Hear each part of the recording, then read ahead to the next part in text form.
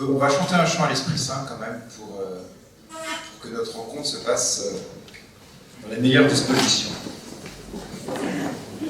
Viens, Esprit de sainteté, viens, Esprit de lumière, viens, Esprit de feu, viens nous embraser. Te rendons grâce, Seigneur, pour notre rencontre ce soir. Merci pour toutes ces familles rassemblées, merci pour toutes ces générations rassemblées. Te confions ce diocèse, te confions tous les engagements des uns des autres. Et ces temps qui nous séparent de l'accueil du Saint-Esprit pour la Pentecôte. Amen. Amen. Père, et du Fils.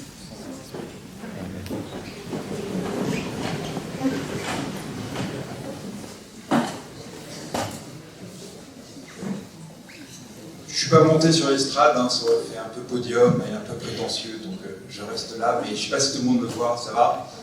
Bon, top. Ouais. Ou alors je peux me mettre debout ou pas? Est-ce que c'est mieux debout? Ouais, c'est mieux. C'est plus dur pour le caméraman qui devra s'adapter. Voilà. Là. Bon.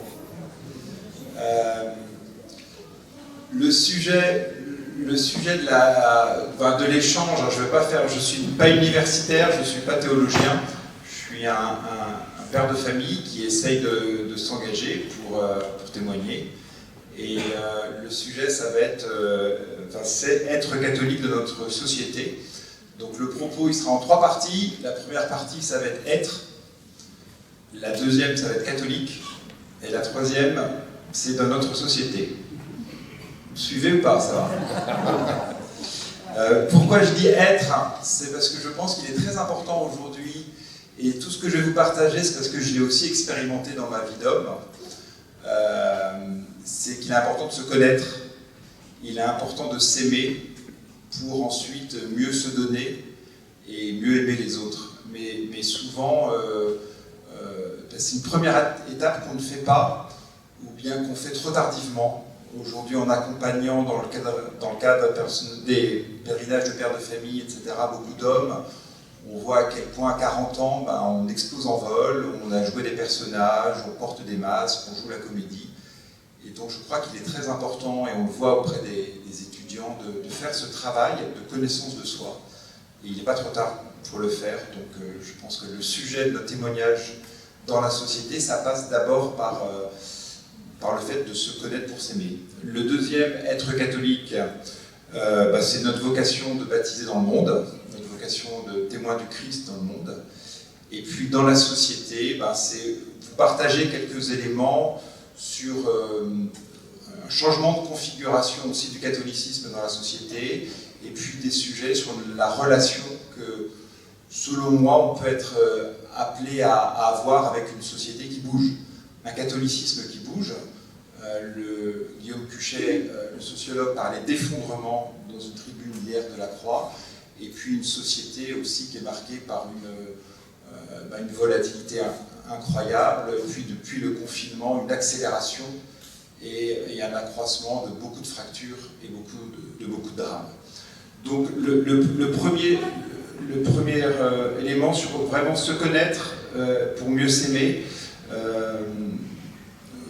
Quand j'ai eu 40 ans, j'ai fait un burn-out. Et j'ai fait un burn-out parce que j'étais un bon petit gars bien élevé, un bon petit gâteau qui voulait être aimé, qui était poli, qui voulait faire de son mieux, et qui, du coup, peut-être n'a pas su dire non, voulait être sur tous les fronts, et a explosé en vol. Parce qu'il voulait être aimé, parce qu'il était peut-être orgueilleux aussi, il voulait être reconnu. Et donc, comme je disais tout à l'heure, je crois qu'il est très important, à un moment donné dans notre vie, là il y a plusieurs générations rassemblées, d'apprendre à savoir qui on est, d'où on vient. Et je voulais vous partager un peu tout ce que j'ai découvert, c'est un petit aparté, à partir de quelqu'un qui s'appelle Alexandre Havard. Je ne sais pas si les uns et les autres vous connaissez, il a écrit sur les tempéraments et sur le caractère. Et en gros, je schématise, mais il nous dit bien, et ça se retrouve dans la tradition chrétienne, on a une nature biologique avec des tempéraments qui sont des données biologiques. Et en gros, Aristote l'évoquait aussi, il y a 4 dominantes de tempéraments. Il y a ceux qui sont plutôt colériques, fonceurs, ceux qui sont plutôt sanguins, qui aiment la relation, qui aiment une forme d'harmonie, qui aiment être en groupe. Ceux qui sont plutôt flegmatiques, ils vont être dans la pensée. Et puis ceux qui vont être mélancoliques, ils vont être beaucoup plus dans l'idée. Et donc il est important de savoir, alors il y a des tests qui existent, il faudrait regarder sur Internet, mais de connaître son tempérament, de savoir comment est-ce qu'on fonctionne, et puis derrière, de savoir aussi quel est son caractère. Et souvent, ce caractère, on a ces données biologiques, le caractère va nous permettre de corriger les tempéraments. Moi, je suis un sanguin, j'aime bien être en groupe, j'aime bien partager des apéros, j'aime bien discuter, etc., au risque de la superficialité ou d'une forme de mondanité. Donc peut-être qu'il faut que je travaille beaucoup plus l'approfondissement, la densité personnelle, le temps long, etc. Donc je crois que c'est très important de connaître tout ça, ce tempérament qui nous vient de la nature, et puis en convoquant la vertu, en travaillant sur les vertus cardinales, vous savez, qui sont toujours des équilibres entre 2 excès, travailler son caractère pour devenir des meilleures personnes. Mais je commence un peu par ça, parce que je pense que parfois on l'oublie, et je vous invite à retravailler aussi beaucoup les méditations sur ces vertus cardinales, la force, la tempérance, la justice, et la sagesse, voilà. Mais à quel point ça fait partie de cette grande tradition de l'Église. Alors on a aujourd'hui beaucoup de coachs, de psychologues, etc., qui nous donnent beaucoup de choses, mais parfois il est important de revenir à des fondamentaux. Et donc voilà, je voulais évoquer cette bascule un peu entre ces tempéraments et ces caractères. Pendant le confinement, par exemple, on a pu un peu critiquer des prêtres qui se sont soit cloîtrés, soit qui se sont déployés. Et les gens disaient, alors les évêques étaient complètement perdus parce qu'ils voyaient des prêtres qui ne répondaient plus au téléphone, et puis d'autres prêtres qui étaient par monts et par vaux et qui ne respectaient pas les règles de confinement. Et une des explications, c'est aussi ces tempéraments. C'est-à-dire qu'il y a des prêtres, le colérique, il a besoin de défoncer les portes, il a besoin d'avoir des projets, et donc à partir du moment où il y avait une interdiction ou une haie, il fallait la sauter pour accomplir sa mission aussi, sa mission de prêtre, de donner Jésus au monde. Et les mélancoliques, ils se sont dit, c'est le moment de refaire des études, et ils se sont enfermés dans leur bibliothèque et ils ont bossé. Donc avant de porter parfois des jugements un peu hâtifs sur les hommes, il fallait aussi comprendre ces tempéraments qui traversent la patte humaine. Un autre petit élément de réflexion, parce qu'il y a des jeunes qui sont là, c'est aussi toute cette réflexion sur la question de nos vocations, de savoir où est notre appel.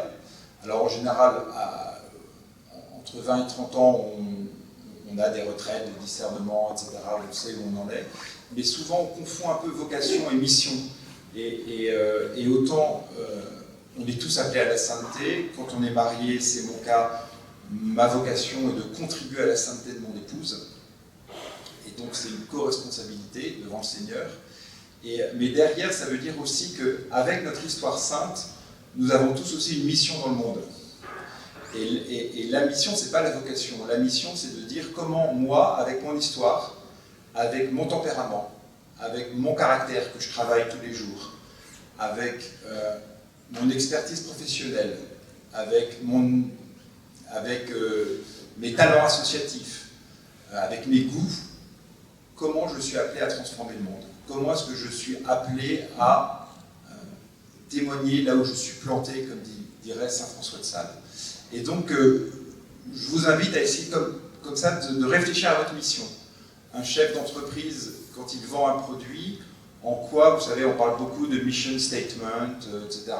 En quoi, quel est le sens, quel est le but de mon entreprise? Et bien, chaque personne, aujourd'hui, avec son histoire, avec ses failles, avec ses talents, avec ses espérances, on a une mission particulière, personnelle et, j'allais dire, sainte. Et c'est ça, c'est extrêmement dynamique.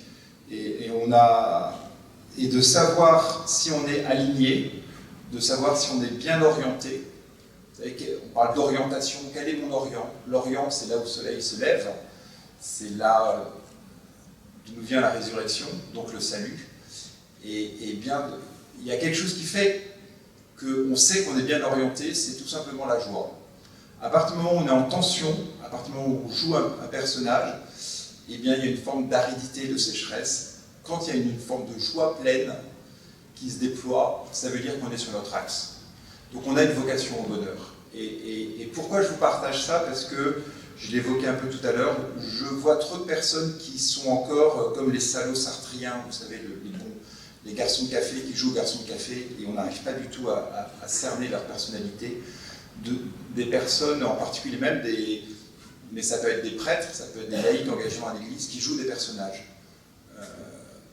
Et moi j'ai aussi, jusqu'à 40 ans, joué un personnage, et il est important, à mon avis, de continuer, sous le regard de Dieu, à rendre grâce pour notre histoire, et puis à accueillir aussi notre mission, et puis je parlerai tout à l'heure de l'audace, de la magnanimité, à attaquer le monde avec ce qu'on est pour servir cette mission.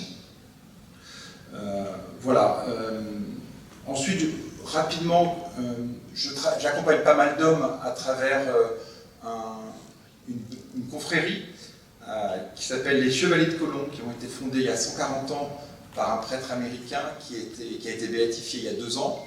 Et ce prêtre américain était formé par un sulpicien français qui dirigeait le séminaire de Baltimore. Et la vocation de ce prêtre était la suivante, c'était de dire « les hommes sont perdus, il est très important de les réarmer dans la foi spirituellement. L'homme est en quête d'utilité. Un homme, il a besoin d'être utile, il a besoin de voir des choses très concrètes. L'homme, il est heureux quand il sert, quand il se donne, mais quand il transpire pour quelque chose de visible aussi. Et un des drames de notre société, c'est tout l'immatériel, c'est tous ces reportings dont 80% ne sont pas toujours analysés parce qu'un reporting écrase l'autre. Donc il y a une vraie question d'inutilité. Et Pierre Gomez a beaucoup travaillé sur cette question de la perte de sens dans notre société. Et donc ce prêtre, qui s'appelle le père McGivney, a dit ces hommes, on est à la fin du 19e siècle aux États-Unis, ils étaient tous soumis à des addictions, comme dans les films de Scorsese, ils faisaient de la boxe, ils picolaient, et puis à 40 ans, ils mouraient en laissant des familles avec 7-8 enfants. Donc quelque part, il y avait des hommes pleins d'énergie mais perdus, et puis ils s'est dit, voilà, ces hommes-là doivent se rendre utiles. Les prêtres sont seuls, entourés de femmes très serviables, merveilleuses, très pieuses, mais parfois les prêtres, dans leur humanité, sont perdus face à ces femmes, donc ils ont besoin aussi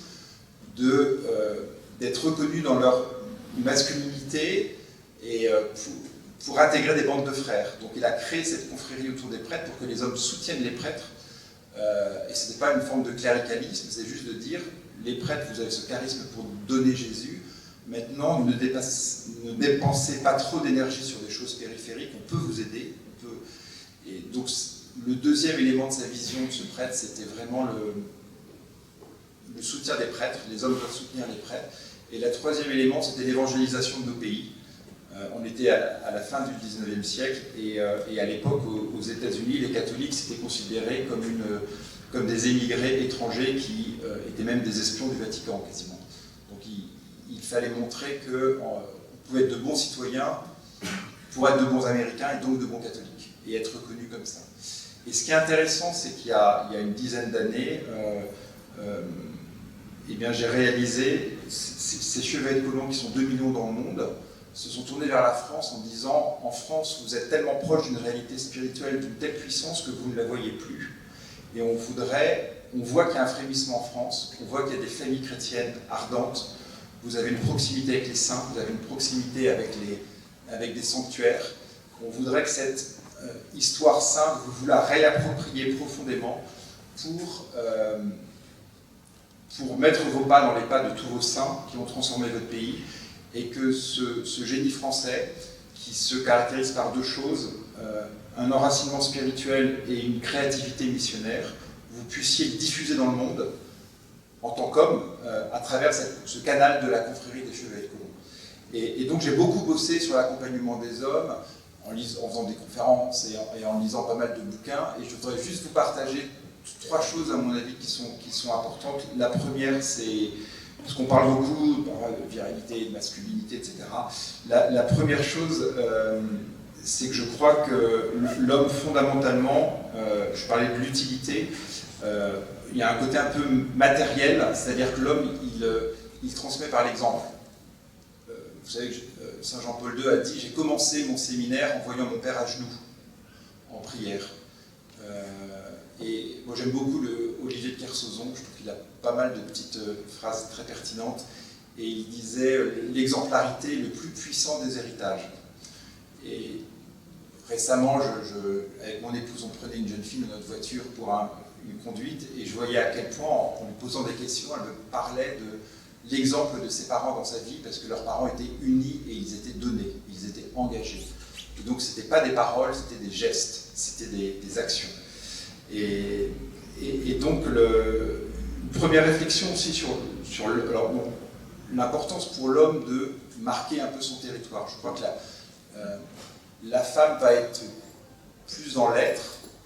La femme reste un mystère, hein, moi tous les jours je l'apprends, mais l'homme va quelque part sera dans le faire. Voilà, c'est plus lourdeau.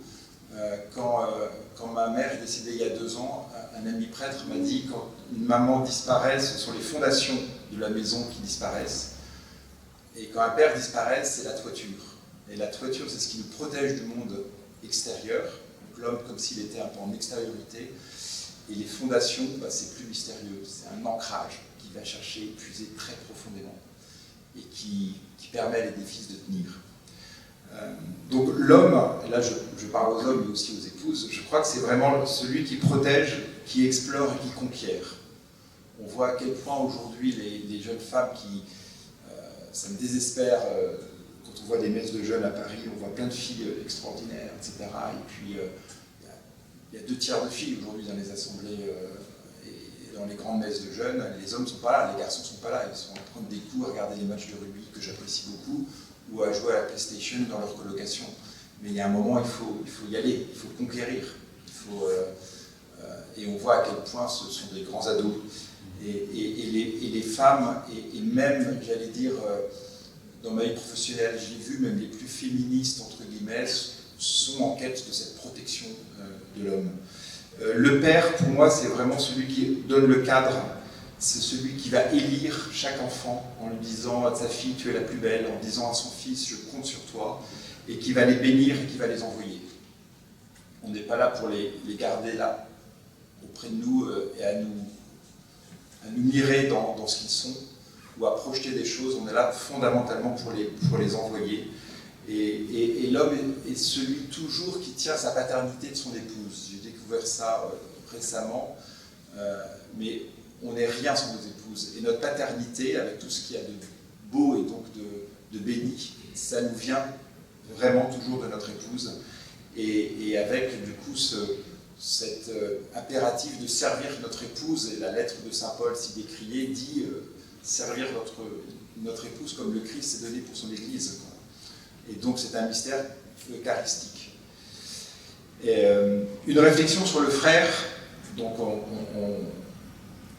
on essaie de vivre ça dans nos confréries paroissiales, là, des chevaliers, et avec les prêtres. Et je crois que la définition la plus rigolote de la fraternité, c'est un prêtre de la communauté d'Emmanuel qui me l'a donné à Paris, qui disait « Le frère, c'est celui qui vous dit que vous avez un morceau de salade coincé sur la dent. » Et c'est ça le frère. Donc ça veut dire qu'on oublie un peu les politesses et statuts, et on veut le bien de l'autre. Ça veut dire qu'il faut fondamentalement se dire mon pote, t'es ridicule, tu vas prendre la parole tout à l'heure et t'as un beau morceau de salade, donc voilà, enlève-le quoi. Mais ça suppose une forme de désinhibition, il faut avoir le courage de le dire, et je trouve que c'est une des meilleures définitions de la fraternité. On doit être capable de le dire, ça veut dire correction fraternelle, et puis Aristote disait, un ami c'est celui avec qui on partage un tonneau de sel.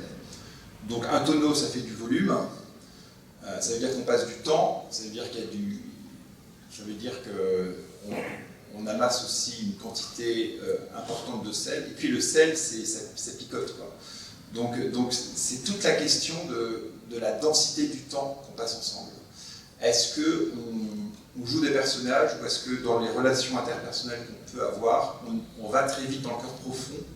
Il y a toujours une part de pudeur, mais est-ce qu'on cherche à s'édifier les uns les autres?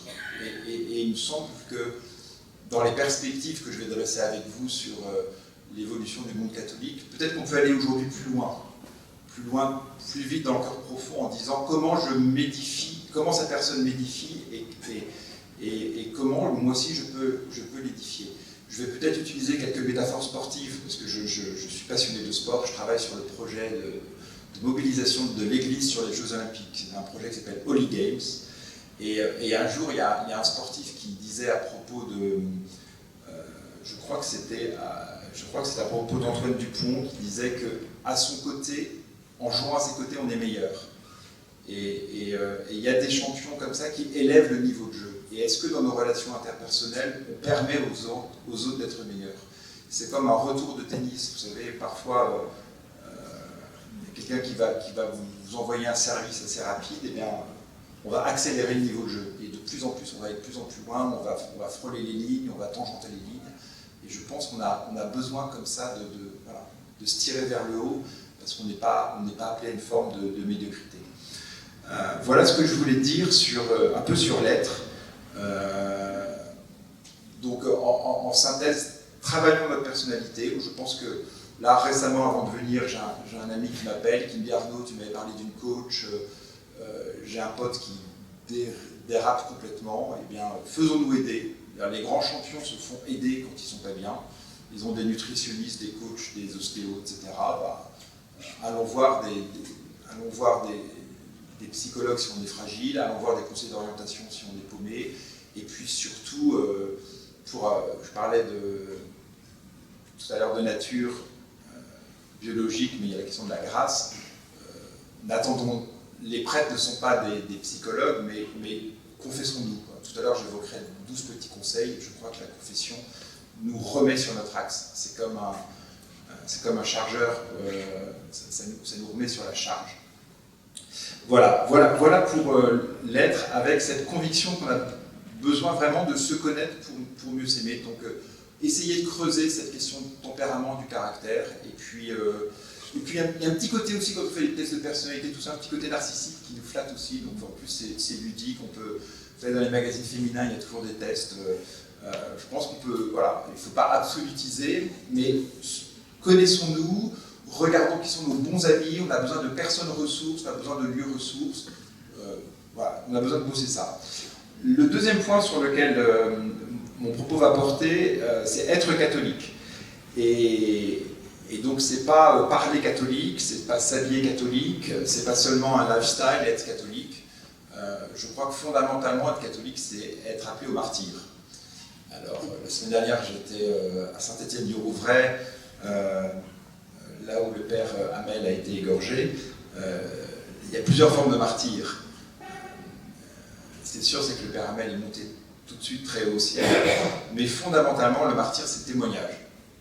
Et je crois qu'on ne peut plus se permettre de raser les murs.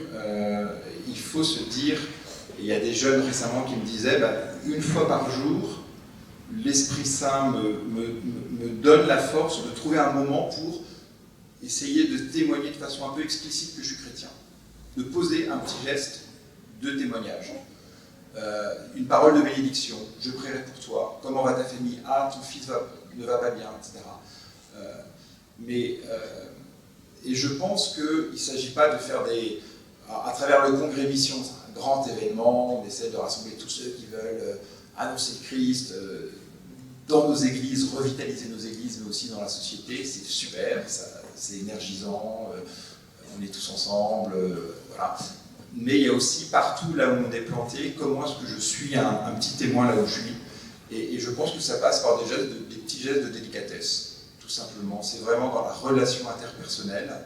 Et nous les mecs, on peut être délicat, c'est pas du tout un truc entre guillemets de fille ou de nana, on a besoin de petits gestes de délicatesse. Ça peut être récemment, il y avait la victoire de La Rochelle en rugby. J'avais 2 amis de La Rochelle, moi je suis plutôt supporter de Toulouse. Bon, bah, je me réjouis pour l'autre, donc j'envoie le petit message. Mais je crois qu'on a besoin de créer ces petits ponts. Et puis, parmi les péchés qui sont assez importants, il y a aussi les péchés par omission. Donc souvent, on a dans le cœur des très belles actions qui nous montent, et puis on s'auto-censure, on s'auto-trahit, on procrastine. Et je crois qu'il est important, quand on a comme ça des belles intentions qui ne montent pas, faut passer à l'acte, il faut le faire. Et je pense que c'est, aujourd'hui, être catholique, c'est ça. C'est d'abord créer des petits ponts, des passerelles, des petits moments de communion avec les uns et les autres. Et puis, on est la religion de l'incarnation, j'évoquais le sport. Je pense qu'on a besoin parfois de s'embrasser, de se faire de hugs, de se toucher l'épaule, donner des tapes d'encouragement.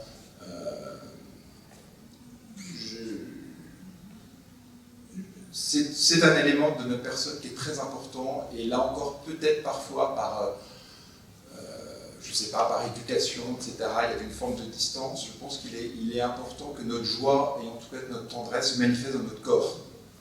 Donc c'est un petit point d'attention. Mais ça ne concerne pas tout le monde, hein, mais voilà, soyons des êtres qui bénissons. Ensuite, je vais vous partager une petite phrase, je pense, une réflexion de Benoît XVI, qui est un géant, qui disait dans un petit texte sur l'évolution du catholicisme en Europe, à quel point on voulait gommer. C'est un petit texte qui s'appelle « Les difficultés en matière de foi dans l'Europe d'aujourd'hui ». Il évoquait cette tentation de gommer tout ce qui était la croix, fondamentalement, tout ce qui était cette souffrance, tout ce qui était aussi la question des fins dernières, et cette tentation qui peut traverser aussi des prédicateurs catholiques de présenter une vie chrétienne joyeuse, aseptisée, happy days, etc. Et je pense que c'est un mensonge. Et moi, je suis plutôt un homme de marketing, donc j'aime bien tout ce qui est tension entre l'offre, entre la demande, regarder les attentes du client, voir aussi notre ADN, qu'est-ce qu'on a à offrir. On voit la tension dans l'Église entre la pastorale et le doctrinal. Parfois, on peut se faire des nœuds au cerveau aussi. Mais je crois que fondamentalement, dans la vie chrétienne, il y a la souffrance et il y a la croix. Derrière la croix, il y a la joie de la résurrection, mais il est très important de témoigner toujours par la croix, et le Christ nous rejoint dans nos plaies, il nous rejoint dans nos difficultés, il nous rejoint quand nous sommes à genoux parce qu'il nous donne la force de nous relever. Et c'est sur ces terrains souvent un peu de clivage, de souffrance, à travers la maladie, à travers les décès, mais à travers aussi l'accueil d'une vie naissante, que nous avons des terrains peut-être et des lieux d'évangélisation explicites. Donc n'oublions pas cette croix, et puis cette question du salut. J'évoquais tout à l'heure le sociologue Guillaume Cuchet, il a écrit, peut-être est-il venu ici, un livre intéressant sur un peu sur l'effacement, l'effondrement du catholicisme en France, et il expliquait, et il l'a suivi vraiment de façon très attentive. En 65, il y a eu un moment où on a arrêté de prêcher sur les fins dernières, parce qu'il ne fallait plus culpabiliser, il ne fallait plus faire peur. Et cet abandon, finalement, de prédication sur la question des fins dernières a conduit, mais en l'espace de quelques mois, à vider les églises. Tout simplement, et à partir du moment où on a commencé de façon soft à dire on ira tous au paradis, c'était la chanson de Paul Naref, et bien les gens se sont dit c'est bon, ça va. Et donc on oublie la médiation des sacrements, on oublie que la miséricorde vient nettoyer, va s'appuyer sur des péchés, ça suppose la reconnaissance du mal, et donc on est sur quelque chose d'humanitaro, gélatineux, etc. Et c'est ça un peu que je voulais vous exprimer, parce que c'est une tentation, enfin, c'est quelque chose qui s'est exprimé dans les années 70 et qui peut revenir un peu en force. Donc je crois que on est tous traversés par un combat, mais la vie éternelle, elle a déjà commencé, mais cette question du salut, cette question aussi de la mort, doit être très présente dans nos vies. Récemment, j'étais avec des amis, on méditait, on rencontrait un dominicain et on méditait devant un crâne qui était au pied d'un crucifix. Et puis c'est toute cette réflexion sur Tempus fugit memento mori, souviens-toi que tu vas mourir. Et ça veut dire que le temps passe, souviens-toi que tu vas mourir. Et quand on assiste à des obsèques, on a besoin, je pense, de temps en temps d'assister à des obsèques, de prier devant les morts. Il y a un très beau texte de Rilke sur comment se créer une poésie. Tu sais, il faut avoir veillé, il faut avoir pleuré, il faut avoir passé des nuits entières à veiller des morts, etc. Et je pense qu'on a besoin de se confronter à ces moments les plus ultimes de communion dans la proximité avec la mort. Les soins palliatifs, moi qui ai beaucoup travaillé sur la communication, c'est le lieu ultime de la communion entre deux êtres. Quand on réfléchit au fonctionnement des médias, aux théologies de McLuhan sur le medium is message, et il y a un moment donné où, entre un soignant et un soigné, entre une personne qui va expirer et une personne qui l'accompagne, on est dans le moment le plus ultime de la communion. Ce sont ces moments-là qu'on veut nous voler aujourd'hui. Et je pense que pour vivre plus intensément aujourd'hui, il faut se plonger régulièrement dans ce mystère de la mort et de la résurrection du Christ. Ensuite, être catholique, c'est aussi une réflexion sur, je le témoigne en tant que père de famille, quand on va dans les mariages l'été, où on voit des cousins qu'on n'a pas vus depuis longtemps, et puis on voit aussi parfois des pans entiers de nos familles qui, entre guillemets, qui tombent dans une indifférence par rapport au christianisme, et ça s'est fait par pas mal de petits renoncements, eh bien on est attristé, et puis on se dit, moi en tant que père de famille, voilà, j'ai 5 enfants, ils ont entre 15 et 20 ans, qu'est-ce que je peux faire pour transmettre la foi, avec cette question réellement de mon identité catholique, c'est quoi? Est-ce que je transmets la foi comme je transmets l'argenterie de famille? Est-ce que c'est des bonnes manières, c'est des bienséances? Est-ce que je transmets comme je transmets la passion du foot? C'est quoi mon identité chrétienne que je peux transmettre, sachant que la transmission, c'est aussi un don de Dieu, mais ça passe par des médiations. Et donc, c'est toute cette réflexion sur notre patrimoine catholique, notre identité de baptisé. Où est-ce que j'en suis aujourd'hui? Devant le corps de maman il y a 2 ans, je voyais à quel point que c'était fondamentalement c'était ce qui reste de nos parents et ce qui fait que avec nos lâchetés, nos faiblesses, nos fragilités, on s'accroche toujours au Christ et on est heureux d'être catholique. C'est parce qu'on a été témoins de personnes qui nous ont montré la voie par leur engagement, leur fidélité. Moi, c'était mes grands-parents qui se mettaient à genoux le soir au pied de leur lit, qui disaient leur chapelet. Et on voit à quel point le rôle des grands-parents est très très important et il demeure extrêmement important. Donc c'est pas parce qu'on a 60 ans que nos enfants sont partis qu'on n'a pas bossé sur la question de la transmission de la foi. C'est ultra impactant et beaucoup de personnes qu'on retouche là, j'évoquais le sujet des Jeux Olympiques, parce qu'on reprend contact en essayant de rendre visible la présence de l'Église dans le milieu du sport. Beaucoup de sportifs de haut niveau nous disent « Je me souviens de ma grand-mère qui priait. Je me souviens de mon grand-père en Bretagne qui nous bénissait, qui nous lavait les pieds le soir du jeudi saint. » C'est une vieille tradition bretonne. Et c'est intéressant parce que c'était des gestes, c'était une forme d'exemplarité. Donc je pense que ce qui restera de nos anciens et ce qui restera de nous, Ce que les enfants diront de nous, c'est ils nous auront vus en prière, ils nous auront vus sortir le chapelet peut-être sur l'autoroute en voiture, ils nous auront vus demander pardon à notre épouse, ils nous auront vus les bénir avec un signe de croix sur le front ou avec un SMS avant une épreuve. Donc essayons, nous en tant que parents, parce qu'on est aux AFC, c'est tous les enjeux d'éducation, de prendre conscience que le temps passe vite et que les éléments de transmission de la foi, ça se fait maintenant, ça se fait demain.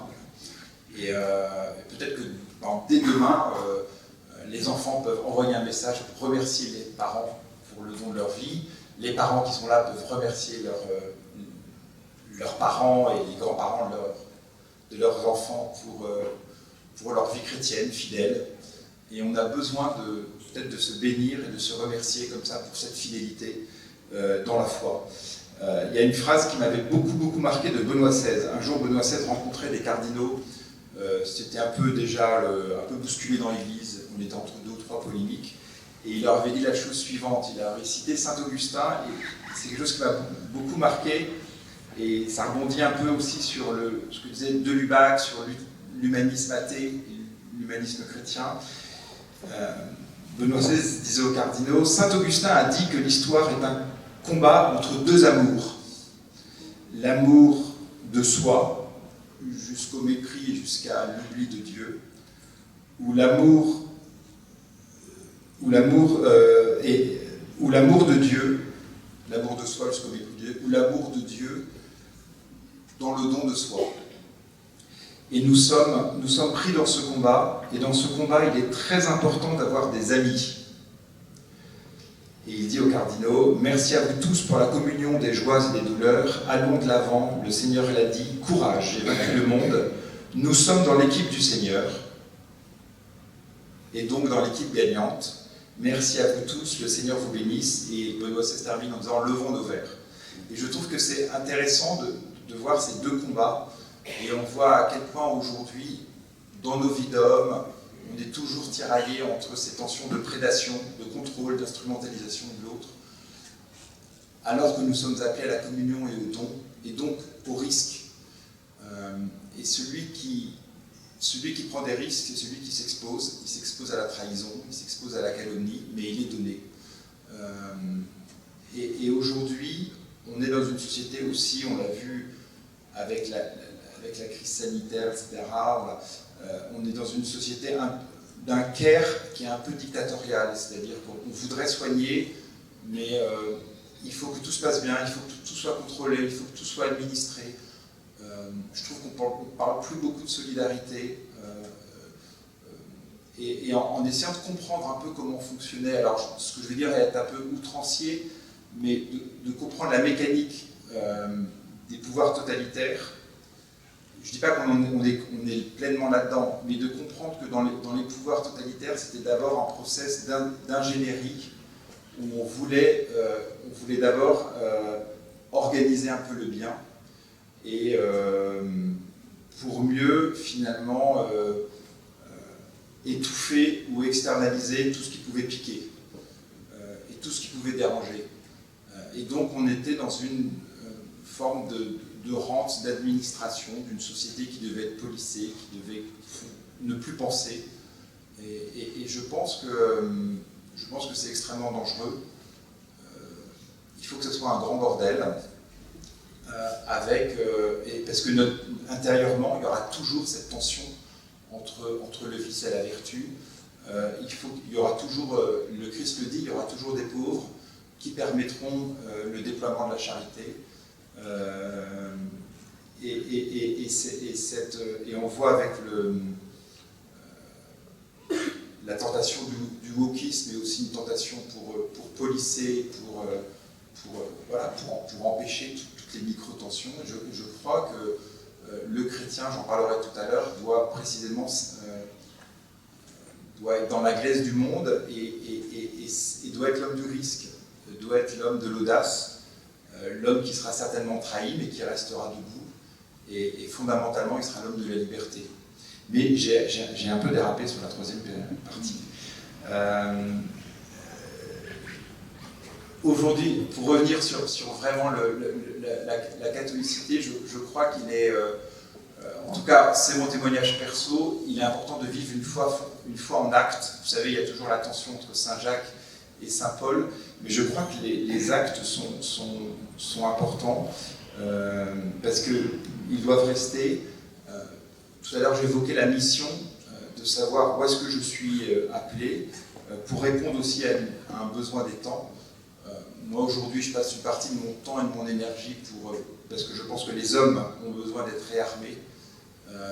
Les hommes sont un peu perdus et je vois à quel point, quand les hommes sont ensemble, ils servent mieux leurs épouses, ils servent mieux leurs enfants et ils peuvent faire de grandes et belles choses.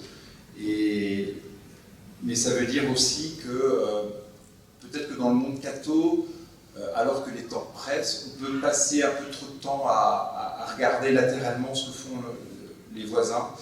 Et un jour, passionné de rugby, je n'avais pas compris pourquoi est-ce que le 15 de France, et en particulier les entraîneurs des premières lignes du 15 de France, étaient allés à l'opéra, voir les tirades de l'opéra. Donc les gros types costauds étaient allés à l'opéra, et ils étaient allés étudier le porté, la science du porté à l'opéra, pour fluidifier la réception du ballon dans les touches. Je ne sais pas si vous voyez un peu au rugby. Et donc il fallait, l'objectif, et c'est très intelligent, et ça nous rejoint dans nos vies de tous les jours, je vais être plus clair, c'est qu'il faut perdre un minimum, il faut fluidifier le geste pour perdre un minimum d'énergie en portant le sauteur, en le récupérant en bas, pour pouvoir mieux attaquer l'action suivante. Et on réalisait que quand le mouvement était trop brutal et pas assez fluide, pas assez virtuose quelque part, eh bien ils avaient moins d'énergie pour l'action suivante, où là il fallait vraiment défoncer le môle adverse. Et donc ils sont allés étudier la science du porté pour pouvoir ensuite mieux progresser de façon plus fluide. Et ça veut dire, pour nos vies de chrétiens, je pense qu'il faut qu'on soit économe de notre temps et de notre énergie pour rester sur notre axe et ne pas soit nous disperser, soit critiquer ce que fait l'autre à côté avec son histoire, avec sa vision, soit ne pas nous désespérer, parce que de toute façon, Benoît XVI, il a dit, je l'ai cité tout à l'heure, nous sommes dans l'équipe vainqueur, nous sommes dans l'équipe du Seigneur. Donc restons sur notre axe, et puis et ayons confiance, mais travaillons tout le temps cette science du mouvement, du coup, pour comment est-ce que je peux être plus virtuose, comment je fluidifie mes journées. Je vais partager très rapidement, alors c'est un peu en mode punchline, comme disent les jeunes, des petits points d'attention que j'ai pu partager avec des amis autour de moi, des choses que j'ai appris aussi pour essayer de mettre un peu d'ordre dans ma vie de chrétien aujourd'hui. La première chose, c'est d'essayer, quand on est père de famille, de ne pas arriver en retard à la messe le dimanche, parce qu'on n'est pas en retard au cinéma, et on n'est pas en retard quand il y a des hymnes de l'équipe de France de foot ou de rugby. Mais c'est de montrer aux enfants on n'est pas en retard. Ça commence, il faut qu'on soit à l'heure. Ensuite, je crois que c'est important de se demander pardon. Il n'y a aucune honte de voir son père, de temps en temps, à genoux, devant les épouses et les enfants. Le pardon, c'est éminemment subversif. Et même en entreprise, de dire, voilà, parfois, excuse-moi, j'ai merdé. Et après, le pardon permet de réparer. Mais quelqu'un qui n'arrive pas à demander pardon, c'est quelqu'un qui a peur fondamentalement, qui n'a pas confiance en lui. Si on s'aime, si on sait d'où on vient, si on sait qu'on peut réparer, voilà, on se met à genoux et on se relève et on repart. Je pense ça c'est le père spirituel de ma femme qui disait ça. Mon épouse est orthodoxe, et il lui disait, non, on parlait d'éducation chrétienne, et puis il disait, non, c'est très simple l'éducation chrétienne, il faut prier pour nos enfants, il faut prier avec nos enfants, et il faut prier devant nos enfants. Et je me souviens quand on faisait la prière quand on était petit, ça je parle aux grands-parents, aux parents, en gros je faisais comme dans famille chrétienne, je mettais l'icône, la petite bougie, une petite statue, et puis je me mettais en retrait, et puis je mettais les enfants devant, et puis très vite, c'était la sioule, quoi. Donc c'était un peu compliqué, donc la première fois j'en prenais un, je lui faisais une clé de bras, je l'exfiltrais, etc. Et puis ça ne marchait pas. Et un ami m'a dit, non, t'as rien compris, mets-toi devant, mets-toi à genoux en prière et ferme les yeux. Tu verras, pour la première fois, ça sera le même bordel, mais reste et attends, tu verras. Et tu seras en présence de Dieu. Et la deuxième fois, ben, ils seront là, et la troisième fois, ils sont autour, et on regarde l'icône et ça ne bouge plus. Et c'est intéressant parce que ça m'a complètement libéré, parce que finalement j'étais un peu en mode, la prière c'est comme les règles de la Baron Staff, ben, c'est pas pareil. Et puis on voit la puissance de l'exemple, et puis la puissance de la présence aussi d'un père peut-être vulnérable, faible, mais c'est la puissance de la douceur aussi d'un homme à genoux. Et puis il y avait du bruit, puis il nous provoquait et tout, et puis on ne bougeait pas. On disait non, il y a des choses plus importantes. Et ça attire, ça interpelle et ça attire. Donc priez pour nos enfants, devant nos enfants, avec nos enfants. Ils savent qu'on est portés, et quoi qu'il arrive, on sera leur premier supporter. Un truc assez dur, mais qu'on peut faire quand on a... Moi, le scooter a changé ma vie pour ça, c'est d'essayer de passer 1 heure avec chaque enfant chaque semaine. Donc si on a 10 enfants, ça peut être plus compliqué, mais ça s'organise. Mais c'est important parce qu'entre 5 et 15 ans, tout se fait. Donc là, je parle plutôt au père. 1 heure par enfant et par semaine. Et seul avec son garçon, seul avec sa fille, pas de pollution de téléphone portable, etc. Et ça va les marquer. Ça va les marquer. Et moi, quand j'ai eu mon burn-out à 40 ans et qu'il a fallu que je fasse un peu la lecture de ma vie, j'avais pas de moment, j'avais aucun moment de prédilection passé avec mon père. C'était une autre génération, hein. C'était à l'époque, à 6 ans, il était en pension, il y avait une grande pudeur, etc. Mais j'ai vu à quel point ça m'avait manqué, tout simplement, mais peut-être ne pouvait-il pas me donner ce qu'il n'avait pas reçu. Mais en tout cas, aujourd'hui, on sait ce qu'on peut donner, donc on aura moins d'excuses. 1 heure par enfant par semaine. Ensuite, important pour les parents de célébrer l'amour conjugal. Les enfants, ça les sécurise de voir des parents qui s'étreignent, qui se font des hugs avec une vraie complicité. Un jour, on voyait dans le cadre du congrès mission, je m'occupe de la journée des prêtres, je parlais comme ça devant 300 prêtres. Puis je leur disais, vous savez, en tant que laïc, en tant que fidèle, quand on voit 2 prêtres qui s'engueulent, c'est très désécurisant, c'est comme des enfants qui voient leurs parents qui s'engueulent, c'est une espèce c'est un déséquilibre qui rassure pas. Il me dit, ouais, mais vous n'êtes pas des enfants. Je dis, non, on n'est pas des enfants, mais comprenez que ça nous désécurise. Si on voit demain 3 évêques, 4 prêtres, épaule contre épaule, qui avancent ensemble et qui nous tirent, c'est d'une puissance de sécurité très forte et avec un effet de levier colossal. Donc la question de l'unité, elle est à ce niveau-là fondamentale. Ensuite, essayez de nous confesser tous les mois, ou d'avoir un accompagnateur spirituel. On va voir des ostéos, on va voir des chiropracteurs, allons voir des prêtres. Et puis la tradition de l'Église est d'une telle richesse, mais puisons à la grâce. Ensuite, la prière quotidienne, je pense que c'est important. Alors moi, j'essaye parce que là-dessus j'étais très mauvais. Un ami prêtre m'a dit, Arnaud, tu as 4-5 rendez-vous par jour, prends un rendez-vous pour le Seigneur, donc tu mets une alerte sur ton téléphone. Et donc j'en mets 2, et comme ça, au moins, il y a toujours ces petits moments à 15h ou à 6h30. C'est tout simple, mais je pense que c'est important. Sinon, ça se délite. Et ça dérape. Ensuite, par rapport à toute l'actualité de l'Église, je pense qu'il faut bosser sa foi et puis revenir, ne pas s'arrêter aux des commentaires de la vie de l'Église, mais je pense en particulier aux interventions du pape, plonger dans le vrai des interventions et ne pas rester au niveau de l'écume journalistique qui va chercher à faire du clic, à faire du buzz, à cliver.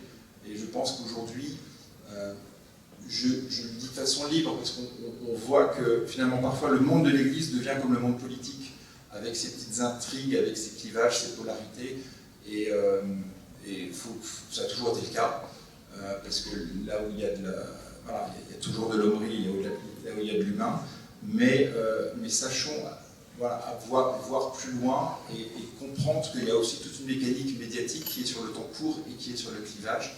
Donc les choses sont pas aussi clivantes que ça, et lisons les textes vraiment à la source, et puis dans des temps qui peuvent être un peu bousculés, plongeons dans les vies de saints.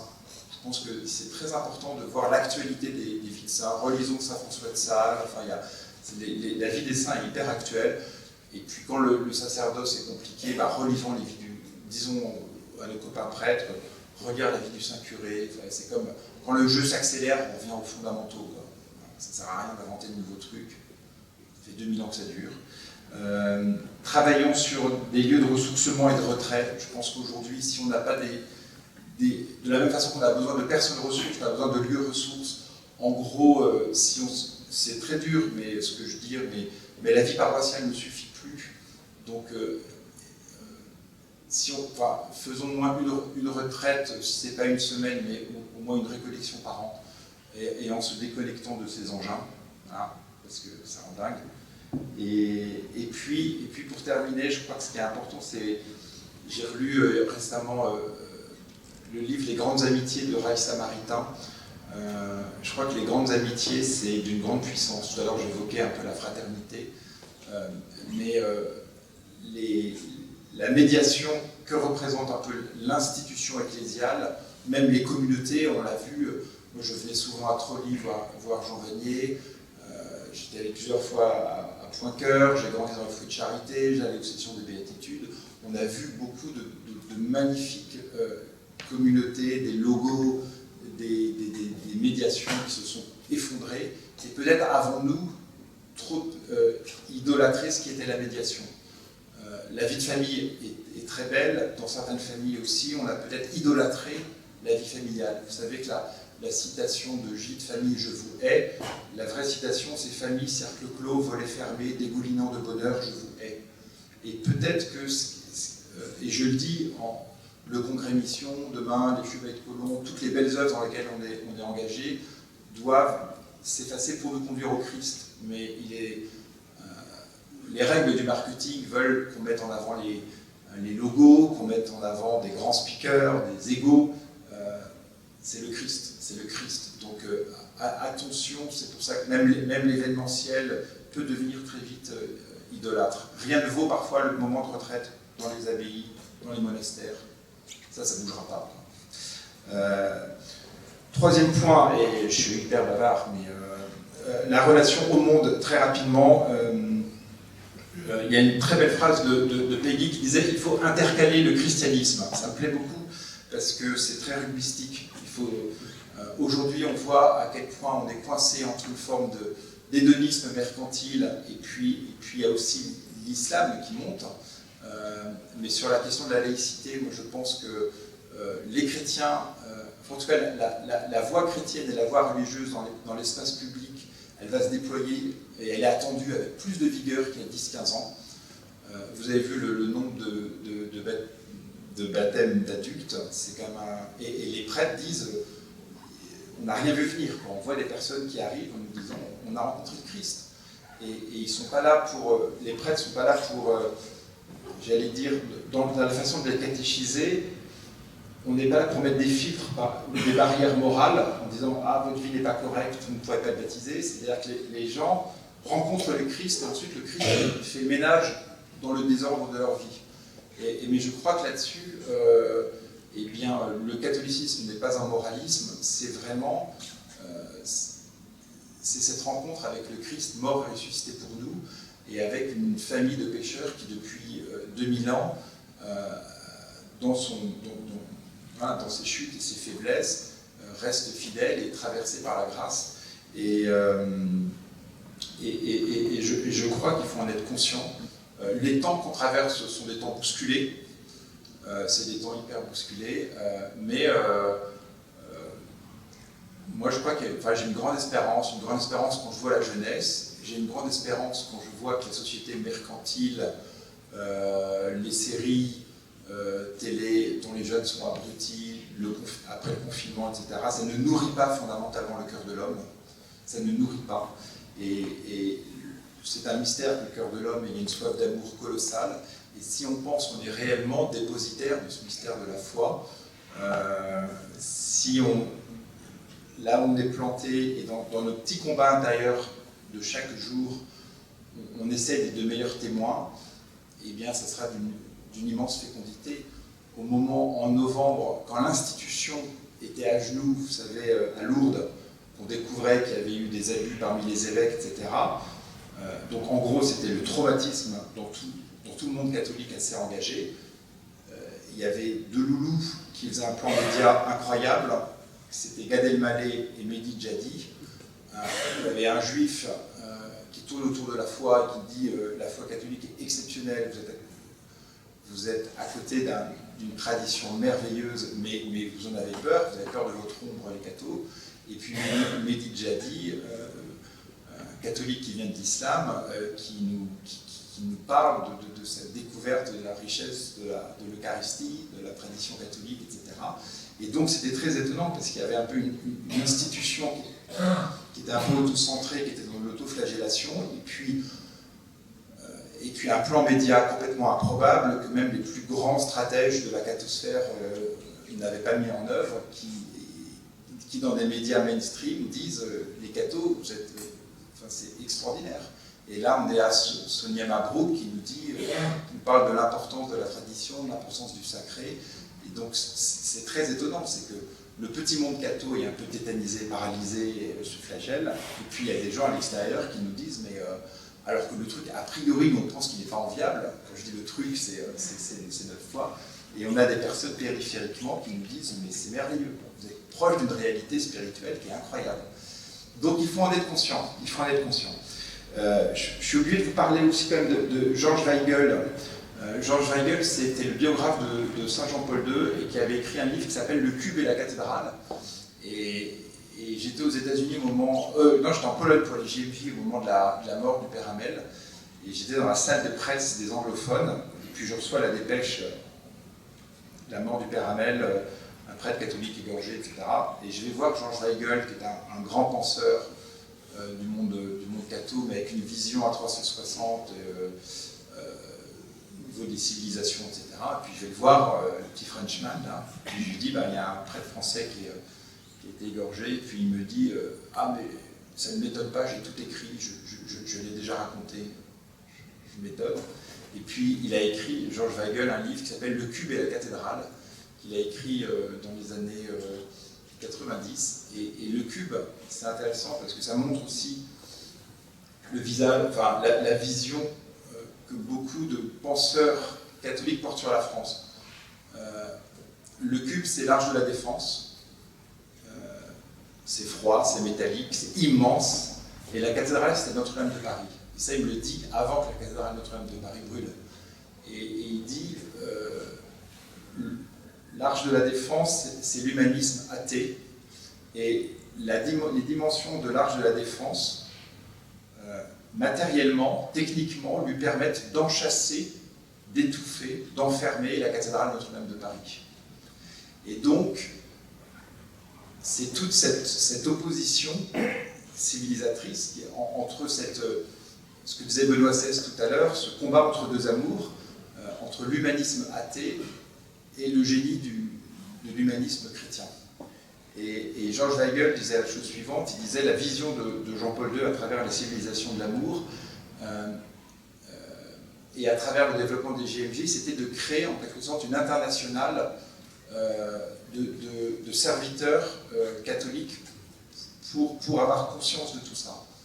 Et malheureusement, c'est un rendez-vous un peu raté dans l'histoire parce qu'au moment des JMJ, alors que les pays devaient normalement échanger, etc., finalement c'est chaque délégation qui reste un peu auto-centrée et il n'y a pas ces échanges. Donc je pense qu'on a besoin de ces échanges internationaux catholiques. Et en gros, la vision de Weigel, c'était de dire si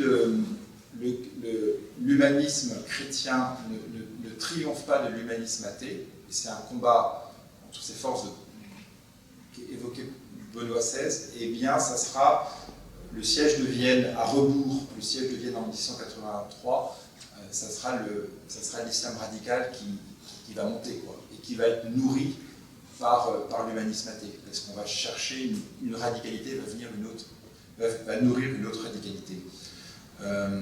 Donc je trouve que c'est intéressant et on est un peu en quelque sorte englué dans ce combat. Dans la relation au monde, pour terminer, moi je suis très fidèle à la vision de Saint José Maria qui disait qu'il faut aimer passionnément le monde.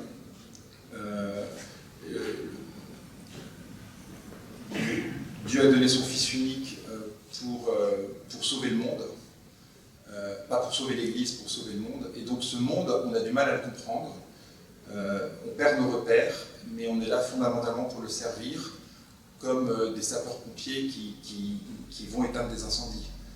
Si la caserne elle est trop loin du lieu de l'incendie, ben, on ne sera pas prêt, on ne sera pas là, quoi. Donc on est appelé à, je pense, à constituer des communautés de charité. Donc, mais c'est comme un mouvement, j'allais dire, de respiration, avec deux phases. On a besoin d'avoir des lieux de ressourcement, des lieux d'entraide. Il faut être audacieux, je pense au développement des écoles hors contrat, etc. Mais si nous nous coupons du monde, le monde va crever, quoi. Et on est appelé à rayonner dans ce monde, à l'aimer, à essayer de le comprendre, comme Charles de Foucault a appris le Touareg pour pouvoir annoncer pour rejoindre aussi les personnes. Dans l'inculturation missionnaire passe par un décryptage du monde. Alors après, selon les sensibilités de chacun, si demain c'est le triomphe du hard rock, on n'est pas obligé de réciter l'évangile sur des sonorités de hard rock. Mais je crois qu'il faut avoir ce regard de bienveillance sur le monde pour, d'abord pour ne pas maudire, et parce qu'on ne sera pas aimable, mais pour annoncer, j'allais dire, de façon subversive, le trésor de la foi. Le monde du sport, moi je suis frappé à quel point le monde du sport est un monde intéressant parce qu'on est en permanence sur la brèche entre le vice et la vertu. Quand un jeune sportif de 18 ans gagne 1 million d'euros tous les ans, on ne peut pas lui demander d'être un saint, mais il sait aussi qu'il dérape. Voilà. Et on voit à quel point, quand nous sommes rayonnants, quand nous sommes exigeants, eh bien on peut fondamentalement, dans une relation personnelle, un peu bouger les lignes. Sur la tentation un peu de pleurnicher, je me souviens que dans l'avant-dernière Coupe du Monde, le joueur de foot Neymar, qui est quand même assez talentueux, eh bien, il avait passé 21 minutes au sol à se tordre de douleur. Et donc, quelque part, les chrétiens ne sont pas appelés à une forme de pleurnicherie victimaire. Si on a du talent, on est appelé à avancer, à être audacieux. Et il y a des choses qui vont s'effondrer, il y a des choses qui vont être insupportables. Moi, j'ai appris au rugby, je ne regardais pas le gars à côté de moi, j'avançais. Donc, montons des beaux projets, ne gaspillons pas notre énergie, repensez à la parabole du sauter en touche, du rugbyman qui saute en touche, qui s'inspire des petits rats de l'opéra, mais restons sur notre axe pour monter de beaux projets. Un jour, Franz-Olivier Gisbert avait dit, il n'avait pas dit à Paris, mais il l'avait dit à Rome, il avait dit vous les catholiques, si vous n'êtes pas différents, vous ne susciterez que de l'indifférence. Et je pense que aujourd'hui, ce monde est sec, l'Église institutionnelle est fragilisée, donc c'est aussi quelque part le temps des laïcs pour reconnaître la puissance du sacerdoce pour nous donner le Christ, parce que moi je suis très attaché au sacrement, à la présence des prêtres, mais je pense que les laïcs doivent prendre des responsabilités aujourd'hui avec plus de force, mais la mission du laïc, c'est de servir le monde, c'est d'être dans la glaise du monde et d'être en permanence un peu sur la brèche. Sur plein de terrains, il y a une présence de l'Église qui est hyper innovante, et je voudrais juste vous partager, je pense, le milieu de la formation des ressources humaines, où on voit à quel point toute la sagesse chrétienne, aujourd'hui, interpelle dans beaucoup de leaders, et c'est un peu sous les radars. J'en parlais avec des évêques, ils ne voyaient pas du tout, mais là, beaucoup de cabinets de coaching, d'accompagnement du changement sont innervés par des chrétiens, et ça fait des changements. la doctrine sociale de l'Église, c'est d'une puissance incroyable, c'est reconnu par beaucoup de personnes. C'est des choses qui progressivement transforment le monde. Donc il y a des choses qui ne sont pas visibles, et puis il y a des choses qui vont fleurir dans 10, 15, 20 ans. Je ne peux pas ne pas vous... Alors c'est un témoignage assez cash que je vais vous livrer, mais qu'un prêtre breton m'a transmis il y a 2 mois. Vous savez que le Finistère, j'ai une maison là-bas, c'était le premier diocèse au monde en 1950 en nombre de prêtres. Il y avait 2000 prêtres. Donc il y en avait la moitié sur le territoire et il y en avait une moitié dans les missions. Et ce prêtre, c'est un prêtre aujourd'hui qui a 60 ans, qui rencontre une vieille bretonne de 80 ans et qui dit, vous savez mon père, moi quand j'étais jeune, les églises elles étaient pleines. Elles étaient pleines. Et aujourd'hui elles sont vides. Pourtant mon père, depuis 60 ans, nous n'avons fait qu'une seule chose, nous vous avons obéi. Et c'est très dur, c'est très cash, mais ça a montré aussi dans certains territoires à quel point il y avait une forme d'institution cléricale qui est un peu passée par toutes les modes, et on l'a vu dans les années 70, etc., et qui a quelque part un peu vidé les églises. Et moi, j'étais saisi d'effroi.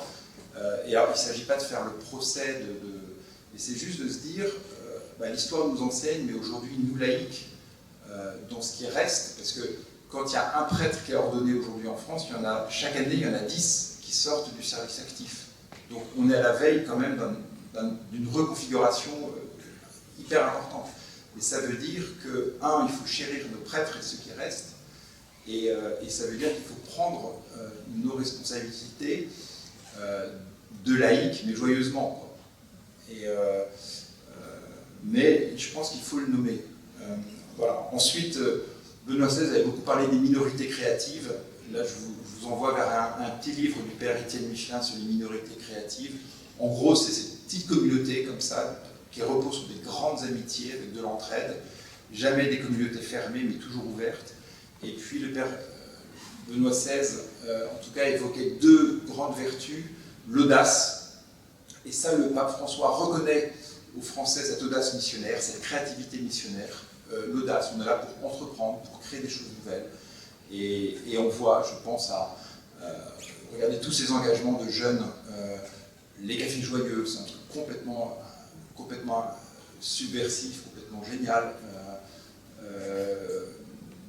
Le Rocher, pendant le confinement, dans certaines cités, les cités, elles étaient tenues par le Rocher. C'était le lieu de solidarité, de communion et de paix. Et là, on est sous les écrans radars, mais c'est ce qui sortait des préfectures. Donc il y a plein de choses, les minorités créatives sont audacieuses, et puis elles sont magnanimes, c'est-à-dire qu'elles voient sur le temps long, voient large et profond, et ça donne une liberté incroyable. On n'est pas sur l'espèce de diktat du temps court, on se fout des médias, des clics à court terme, on travaille sur le temps long et on avance. En conclusion, très rapidement, je pense que on va vivre des temps qui vont secouer, qui vont bouger. On voit à chaque fois, on peut voir des polarités, et je pense que c'est pas fini. Donc il y aura certainement des tensions qui vont intervenir de façon vive dans l'Église, autour de différents pôles, sur les flotteurs bâbord et tribord, mais nous on reste sur notre axe. Je pense que, comme éducateur, comme entraîneur, un jour le cardinal Gantin, qui était un cardinal béninois, disait « On parle beaucoup des éducateurs dans l'Église, mais il faudrait avant tout que les laïcs soient des entraîneurs. » Vous savez, les entraîneurs, c'est ceux qui choisissent les bonnes personnes pour aller sur le terrain et qui vont diffuser cette confiance. Et quand ça merde, c'est de leur faute, et quand on gagne, on les oublie. C'est Saint Jean-Baptiste qui veut être abaissé pour que le Christ soit élevé. Je trouve que la figure de l'entraîneur est une très belle figure. J'aime beaucoup, j'ai travaillé dans les courses de chevaux, donc on n'est pas très loin aussi d'une culture épique. La figure de l'entraîneur, elle est clé dans l'industrie des courses. C'est celui qui connaît, quand j'allais à Chantilly, sur la piste des Lions, Cricket Head, qui avait ses 200 chevaux, elle connaissait chacun. Chaque cheval, elle connaissait le père, le grand-père, enfin, vous connaissez tous les pédigrés. Donc la figure des entraîneurs, elle est intéressante. Et je crois, voilà, il ne faut pas céder à la pleurnicherie. La pleurnicherie ou la critique, bah, ça insécurise et puis ça ne donne pas d'énergie. Donc il faut voir beaucoup plus loin. Récemment, on voyait un film sur Mère Teresa. La figure de Mère Teresa, elle est intéressante parce que c'est une figure spirituelle, 2 heures de prière tous les jours, et puis assez traditionnelle dans la foi. Et puis au niveau de la vie sociale et j'allais dire des œuvres, c'est juste complètement dingue. Donc essayer de respirer, voilà, la foi en acte. Et Mère Teresa, c'est quelqu'un qui unifie tout le monde. C'est juste un respect. Et Mère Teresa, elle disait, ben, l'évangélisation, elle se fait d'abord par la gentillesse. Parce que face à la gentillesse, qui est le reflet d'une paix profonde, fondamentalement, ça désarme. Et puis récemment, j'avais eu l'occasion de rencontrer de temps des hommes politiques. Et les politiques, souvent, on parle de l'évolution de la société, des tensions, des fragilités, et ils disaient à quel point, sur la question de la religion catholique, ils disaient à quel point ils ont besoin de s'appuyer sur ce qui résiste. Et pour beaucoup d'hommes politiques, alors, aux AFC, vous rencontrez beaucoup d'élus. Je crois qu'il faut les aborder d'abord plus avec une forme de gratitude pour leur engagement, parce que c'est des centaines, des milliers d'heures données, dépensées. Et puis, d'abord la gratitude, et puis ensuite une forme peut-être de revendication, mais par rapport à un idéal supérieur. En leur disant, notre société, enfin, une société s'appuie sur ce qui résiste. Fondamentalement, on s'appuie sur ce qui résiste. Et on n'est pas des ronchons qui sommes là pour revendiquer un fonds de commerce conservateur, etc. Fondamentalement, on sert le bien commun et on voit que dans l'anthropologie, dans les corps constitués, il y a la salle des corporations à côté, on voit qu'une société s'appuie sur des pièces, sur des éléments fondateurs. Ben, quand c'est fragilisé, ben, l'édifice s'ébranle. Et donc, nous, les chrétiens serviteurs, en diffusant une sagesse, en diffusant des pratiques, en servant la société par des œuvres de charité, des œuvres d'éducation, etc. Parce que fondamentalement, un pays, il est christianisé. Quand on regarde l'évangélisation, il est christianisé par les œuvres de miséricorde. Ça va être l'éducation, ça va être le soin. Il va être christianisé par la famille, qui est la première des sociétés, la plus grande des médiations, et puis par le martyr. C'est-à-dire qu'un martyr sera semence de vie. Ça encore, c'est hyper subversif. Ils voudront tuer certains, bah, ça va rejaillir encore plus fort, à droite, à gauche, etc. Donc ça, c'est génial.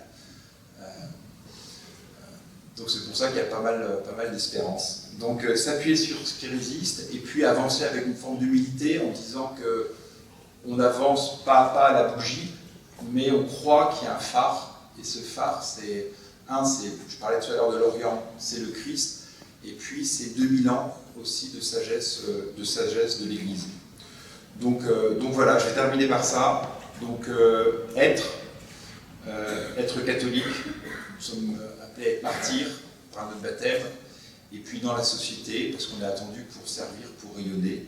Donc c'est un beau programme, donc avec une certaine audace, avec une certaine magnanimité, on est attendu, avec de l'endurance aussi. Et on n'est pas seul, le pape Benoît XVI l'a évoqué, qu'on est dans l'équipe du Seigneur. Dans l'équipe du Seigneur, il est bon d'avoir des amis. Vous avez déjà une bonne équipe, donc on avance. Mais fondamentalement, nos vies, je pense qu'elles seront soit idolâtres, c'est-à-dire centrées sur nos nombrils, nos personnalités et nos sécurités. Il y avait un très beau film que je vous conseille, qui est assez drôle, qui s'appelle Le Grand Partage, qui est sorti il y a 5-6 ans. Et dans Le Grand Partage, à un moment, il y a une petite scène drôle. En gros, le thème du Grand Partage, c'était de façon autoritaire, les villes réquisitionnent tous les appartements alors qu'il va faire très froid, pour loger des personnes de la rue au prorata des surfaces disponibles. Donc on est dans un grand immeuble parisien, et puis il y a une bonne famille, peut-être avec Tibercard, des AFC, qui part à la chasse le week-end et qui élèvent leurs 3-4 enfants qui sont à Stan, là où étaient mes enfants. Et puis au-dessus de chez eux, il y a des bobos qui sont profs de géopolitique dans une fac parisienne. Et finalement, ces deux familles qui se retrouvent dans des appartements de 150 mètres carrés doivent accueillir des migrants contre le froid. Et finalement, la famille un peu catho, la mère, une dame patronesse, elle les accueille volontiers, mais ça crée des tensions parce que le mari, qui doit être avocat, est tendu. Et puis les bobos du dessus, eux, ils trouvent des subterfuges pour éviter, et ils mettent le migrant soit dans la cave, soit dans une chambre de bonne, dans des conditions terribles. Le film est assez politiquement incorrect, mais il y a un petit morceau très drôle à un moment, c'est qu'il y a la jeune fille qui se trouve dans la cuisine avec la maman au catho, et lui disent finalement, papa, maman, j'ai compris ce que c'était qu'un bourgeois. Le bourgeois, c'est celui qui a peur. Et je pense que le message quand même numéro 1 du pape François, le pape François, il est un peu comme un rugbyman argentin. C'est-à-dire que les rugbyman argentins, ils ont 3 caractéristiques. Ils sont brutaux, ils sont ingérables, mais ils sont inspirés. Et donc, je pense que par rapport au désembouffement, le pape François, il nous parle. Et la boucle reboucle avec Jean-Paul II sur le fameux « N'ayez pas peur, Dieu connaît le cœur de l'homme ». Et je crois qu'il faut entrer dans l'espérance. Voilà ce que je voulais vous partager ce soir. Je vous remercie.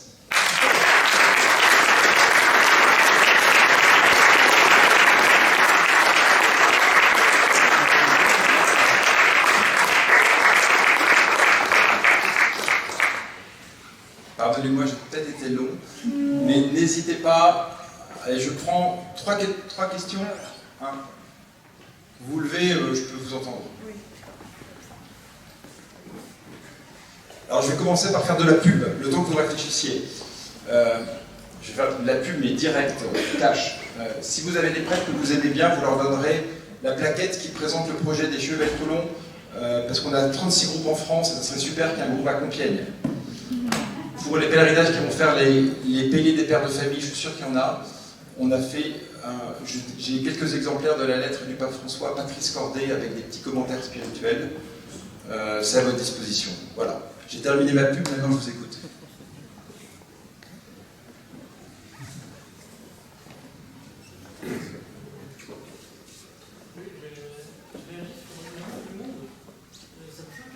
Sur ma... Je réagis. Ah oui. L'amour. Par rapport à ce que vous avez dit sur l'amour du monde, ce qui est un petit peu choquant par rapport à l'évangile, on doit se détacher du monde, et puis même, voilà, lors de la dernière scène dans l'évangile de Saint Jean, le Christ nous dit voilà, on est dans le monde. On n'est pas du monde. On n'est pas du monde, mais on doit l'aimer. Comme on doit aimer nos ennemis. C'est un peu choquant, est-ce qu'il y a pas une... Il faut l'aimer pour le transformer. Mais c'est dur, c'est très très dur. Mais si on est planté dans ce monde aujourd'hui, même si on n'a pas nos repères, même si on voit des choses qui s'effondrent, on doit l'aimer pour le transformer et mettre des digues, recréer des nouvelles choses. Je crois qu'il y avait un livre de Chesterton dans lequel, justement il parlait d'un quartier de Londres, je ne me souviens plus le nom du quartier, et c'était un quartier qui s'effondrait, mais c'est un quartier qui avait une âme, et il fallait réhabiliter ce quartier. Et il disait, soit on le rase, ça veut dire qu'on ne l'aime pas, soit on essaie de le réhabiliter. Et c'est parce qu'on aime ce quartier, et on voudrait qu'il retrouve un peu son âme. Et ça suppose de l'aimer, pour le retransformer. Mais c'est du combat spirituel, hein. C'est dur. Mais il faut aimer le monde. Il ne faut pas l'idolâtrer. Mais on n'est pas de ce monde. Nos racines, elles sont au ciel. Alors, je ne sais pas, c'est de l'ordre du combat spirituel. Hein.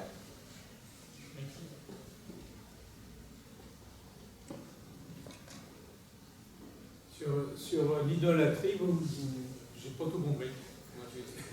Quand vous avez parlé d'idolâtrie, bien sûr, il faut faire attention, mais qu'est-ce que vous mettez derrière ce mot à travers votre... Quand je parlais d'idolâtrie, je reprends un peu la pensée de Benoît XVI. Je parlais d'idolâtrie de certaines médiations. C'est-à-dire que en gros, notre vie doit être donnée au Christ, et parfois, il y a des chemins pour y parvenir, mais le chemin ne doit pas, on ne doit pas s'arrêter en chemin. Peut-être que j'étais maladroit, mais quand je parlais des communautés, je parlais de certaines communautés qui ont pu beaucoup nous nourrir dans les années 80-90, avec des grandes figures spirituelles. On a mis beaucoup d'énergie pour les suivre, de temps, d'argent, et puis on pensait que ces communautés allaient sauver l'Église. Et on a vu qu'il y a quelque chose qui s'est totalement effondré. Et peut-être qu'on a trop aimé ces communautés et pas assez le Christ qui était finalement le but de ces communautés. Et donc ça veut dire que dans tous les projets qu'on mène, et aujourd'hui quand on travaille un projet, on veut mettre en avant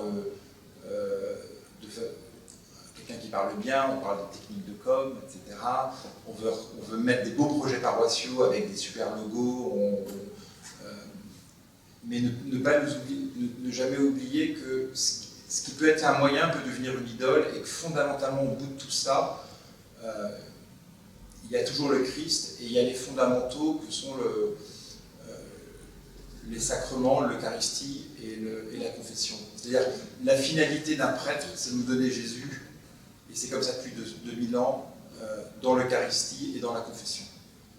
Et aujourd'hui, on peut mettre en place plein de grands trucs. Moi je le fais avec le Congrès Mission, on dépense beaucoup d'argent, mais peut-être qu'on peut s'égarer. Vous voyez ce que je veux dire? Et donc on peut devenir idolâtre. Alors il y a l'idolâtrie des séries télé, il y a l'idolâtrie du monde, mais il y a aussi, même en voulant faire le bien, on peut idolâtrer certaines choses. Et même nos familles, on peut les idolâtrer. C'est-à-dire que nos enfants ne nous appartiennent pas, et à un moment on doit couper le cordon, on les envoie dans le monde. Parfois on a des frères et sœurs, des enfants qui peuvent partir dans le décor gravement. On sera là pour les soutenir, et puis ils seront peut-être des saints, mais en passant par des chemins de traverse. Mais c'est vrai que si on a idolâtré la structure familiale, c'est dur, quoi. Enfin, voilà, c'est ce que je voulais dire. Yes. C'est un sportif qui parle là, je le sens. Deux questions. La première, c'est quel est votre pronostic pour la Coupe du Monde 2023 ? Et la deuxième, alors moi je fais partie justement de ces garçons qui vont à la messe à Paris, d'ailleurs vous avez vu la semaine dernière. N'allez pas parler trop loin, sinon vous risqueriez de ramener un équilibre un peu trop, ce serait moins avantageux pour les garçons qui y vont. En tout cas, j'ai une question plus personnelle par rapport justement à ce corona dont vous avez parlé à 40 ans. Qu'est-ce qui vous a manqué à 20 ans, à l'âge que moi j'ai par exemple, pour justement avoir une vie qui soit peut-être encore plus belle, encore mieux construite dès son commencement, dès le commencement de votre vie adulte? Ouais, c'est une super question. Je pense que ce qui m'a manqué, c'est des bénédictions de la part de mon père, ou de la part de figures inspirantes de paternité. Et donc j'étais parti par là sur une faille. Ensuite, ce qui m'a manqué, c'est peut-être des conseils dans la vie professionnelle, parce que j'ai commencé par aller en cabinet d'audit, alors que je n'ai pas eu tout fait pour ça, et j'ai passé 15 ans à faire de la finance. Alors je l'ai bien fait parce que j'étais un bon élève, mais finalement j'étais fait pour autre chose. Il fallait qu'il y ait plus de sens, plus de communication, plus de créativité, etc. Mais j'ai fait ça parce que il fallait obéir à certains modèles sociaux, de sécurité, voilà. Donc je pense qu'aujourd'hui, la question du père, elle est structurelle, je pense. Mais après, donc j'ai eu des pardons avec mon père qui se sont faits beaucoup plus tard, mais je crois qu'il est très important on a tous des histoires blessées, mais d'avoir la force de demander d'exprimer des besoins, ou de demander des pardons, ou de demander des bénédictions très tôt. et puis de se libérer peut-être d'un conformisme social pour être pleinement soi-même. Il m'a manqué aussi peut-être de temps pour avoir plus confiance en moi, quand j'évoquais la question des talents, la question du tempérament, du caractère, je n'avais pas du tout bossé là-dessus. Et ça m'a manqué, donc j'avais pas bossé ça, donc j'ai joué un personnage tout le temps. J'ai joué au financier, j'ai joué au cadre supérieur, j'ai joué au petit gâteau gentil, donc je n'étais pas moi-même. Voilà, et peut-être que j'aurais dû passer, je pense que j'ai entre 20 et 25 ans, une retraite ignatienne par an, c'est pas mal. Mais c'est un investissement. Et alors, pour la Coupe du Monde de rugby, moi j'ai toujours peur quand on arrive trop favori, mais on a quand même des joueurs exceptionnels. C'est-à-dire que le temps de préparation de la Coupe du Monde, il va être quand même long. Donc quand on voit des Aldrit et des Dupont, je pense qu'on peut vraiment être très très fort. Alors un truc à vous partager, je ne sais pas si il y aura une fan zone à Compiègne, mais en tout cas, les cryptes de nos paroisses, de nos églises et les AFC, ça peut être des lieux de rassemblement pour voir des matchs, des événements sportifs extraordinaires. Là, vous trouvez 2 gars pour louer des tireuses à bière, vous organisez l'événement sur grand écran, vous avez un jeune garçon qui vous parlera de l'amour de rugby et l'amour de Christ, et puis c'est parti, vous faites une soirée, vous avez 600 personnes, et chaque jeune doit amener quelqu'un qui est un peu loin de l'église, c'est merveilleux. Donc le sport, c'est un terrain missionnaire incroyable. J'ai à peu près répondu ou pas? Ouais. Et puis surtout, je pense qu'il y a une vraie joie à se donner. Il y a une joie à se donner quand on est jeune. C'est que moi, parmi mes enfants, j'en ai qui sont plutôt consommateurs. En gros, c'est Instagram, machin, les influenceurs, et je vois que, alors, ils n'ont pas de vrais amis, et il y a une forme de petite sécheresse. Et puis j'en ai d'autres qui sont plus bordéliques, mais qui sont beaucoup plus donnés, et qui se créent des vraies bandes d'amis pour la vie. Parce que c'était Aristote, le tonneau de sel, on a galéré ensemble, et c'est un peu comme des vétérans, des anciens combattants. On a passé des moments douloureux ensemble, donc c'est des amitiés pour la vie. Donc ça, il faut le vivre à fond.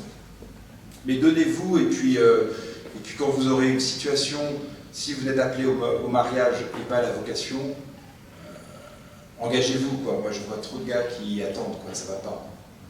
Un jour, on m'a raconté l'histoire d'un prêtre, je suis bavard, hein, mais un prêtre qui a rassemblé une dizaine de gars, en disant, messieurs, vous avez entre 28 et 30 ans, vous avez un salaire, vous êtes tous en coloc comme des idiots. Je connais plein de filles extraordinaires qui, elles, ont une horloge biologique et qui vous attendent. Donc, ce qu'on va faire, c'est qu'on va fermer la porte à clé. On va fermer la porte à clé, messieurs, et vous allez prendre des feuilles, et on va faire un tableau à double entrée. Là, vous avez les qualités qui sont les plus importantes pour vous. Vous mettez un critère de pondération, et là, vous mettez la liste de vos 10 meilleurs amis, et puis vous faites un classement. Et messieurs, et il regarde comme ça, il a dit, messieurs, là, le verrou, il est fermé. On va prier. Messieurs, si vous avez du courage, des tripes, alors d'abord, on s'assure qu'il n'y a pas 5 fois la fille en tête de tout le classement, parce que ça va être compliqué. Mais si vous avez du courage, dans la semaine, vous allez demander en mariage celle qui est première dans le classement. Eh bien, ils étaient 10, et bien, 1 an et demi après, il y a eu 8 mariages suite à cette soirée.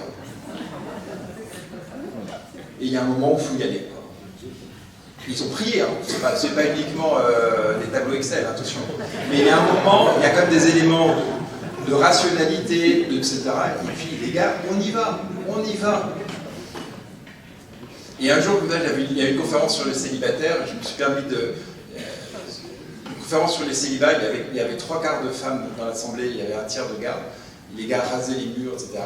Et j'ai dit, je vous demande pardon au nom de tous les gars qui ne sont pas engagés, parce que les gars n'ont pas été bénis par leur père, ils n'ont pas eu confiance en eux, ils n'ont pas coupé le cordon, etc. Et les filles sont tous venues me voir en me disant, mais merci d'avoir dit ça, quoi. Réveillez les mecs, réveillez les mecs. Ah, faut y aller.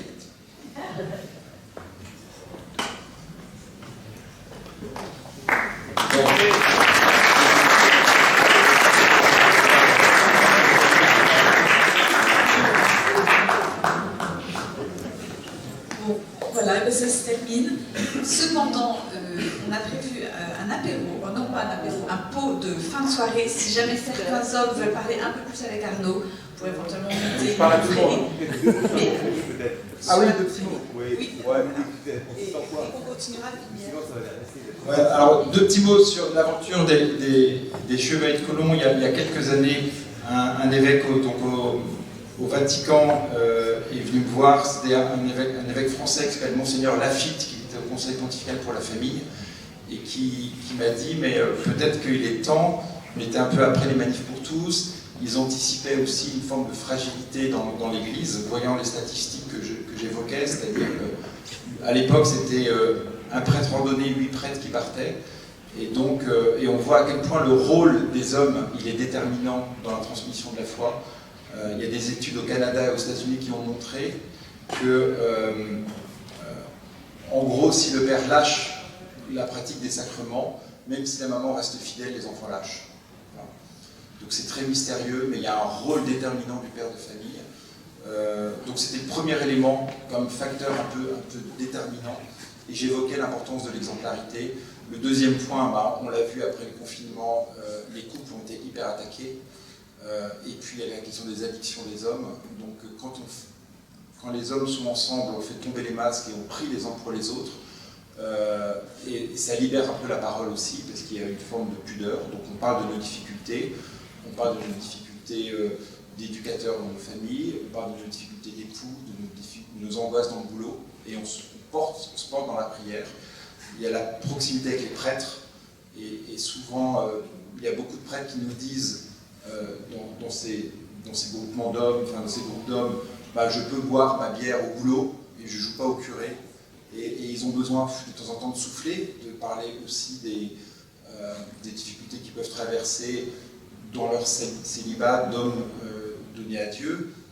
Il y a un prêtre dimanche dernier qui est venu à la maison, et à la fin du dîner, il est venu vers mon fils et vers moi, il a dit j'ai besoin d'avoir un hug. Et c'était très beau, parce que on a besoin d'avoir des moments de fraternité physique. Et je sentis que c'était un jeune prêtre de 35 ans, ça lui manquait, parce qu'à Paris, souvent c'est que des cerveaux, et ils sont tous brillants, mais il lui manquait cette dimension d'incarnation. Et donc il y a un vrai besoin des prêtres de pouvoir s'appuyer sur des bandes de frères. Et puis quand vous mettez une dizaine de gars avec des talents, avec des histoires, des expériences et puis des visions complémentaires, si vous les mettez ensemble sur des projets, ça délivre. Donc il y a plein de projets. Je sais pas, moi, quand j'ai vu la salle des corporations, je me suis dit, mais pourquoi est-ce qu'on ne relance pas une fois par an une bénédiction des corporations, et ça peut être assez simple. Dans le sud de la France, on a relancé des dérogations, on a relancé les bénédictions de tracteurs, de vignerons. Il y a plein de choses à faire. Et voilà. Donc le projet des Chevaliers de Colomb, c'est une grande institution internationale, mais ils sont très attachés à ce qu'il y ait des petits groupes en France, comme j'expliquais, à cause de l'histoire de leur enseignement spirituel des Français. L'approche, elle est très populaire et missionnaire. C'est pas un club de pieux bourgeois. Souvent, le noyau dur, c'est des gars qui ont fait du scoutisme, qui sont souvent qui peuvent être proches des AFC, etc. Mais on va chercher soit des personnes nouvellement converties, donc d'anciens catéchumènes nouvellement baptisés, pour les arrimer à ces groupes. Et puis dans l'année, on essaie de planifier des projets autour de 4 piliers. La foi, donc ça va être des pèlerinages de pères, des nuits d'adoration, des chapelets. La famille, ça va être des activités pour les jeunes. La communauté, ça va être la création de kermesses, d'événements paroissiaux ou au-delà du périmètre de la paroisse. Et puis le quatrième pilier, c'est la vie. Donc on essaie de soutenir toutes les maisons qui accueillent des femmes enceintes. Et puis il y a aussi tout le volet un peu de charité avec des maraudes, etc. Mais j'ai un peu de doc, mais en tout cas, on est reconnu par les évêques de France depuis quelques mois. Et puis c'est 2 millions d'hommes dans le monde. C'est intéressant parce qu'il y a une dimension très locale. Donc on trouve un saint patron local en général comme saint patron du petit groupe d'hommes. Ensuite, il y a une dimension nationale où on voit toutes les réalités de l'Église en France, entre les petits bourgeois du 16e, les vignerons de Bandol, les agriculteurs qui sont dans l'Est, à Saint-Dizier. Enfin, donc on voit toute la diversité. Et puis il y a une dimension internationale parce que on peut être en connexion avec des Philippins, des Polonais, des Mexicains. Enfin, donc ça donne une certaine respiration. Et puis au gré des déménagements et des projets, il y a pas mal de choses qui peuvent se faire. Il y a des choses difficiles. Il y a 2 membres en 6 ans qui sont suicidés, mais il y a pas mal d'hommes qui ont retrouvé du boulot. Il y a une belle entraide, il y a des nouveaux chemins de conversion, il y a des gens qui étaient pas mal de catéchumènes qui ont été arrimés comme ça à des vies paroissiales. Enfin, voilà, c'est un engagement comme un autre.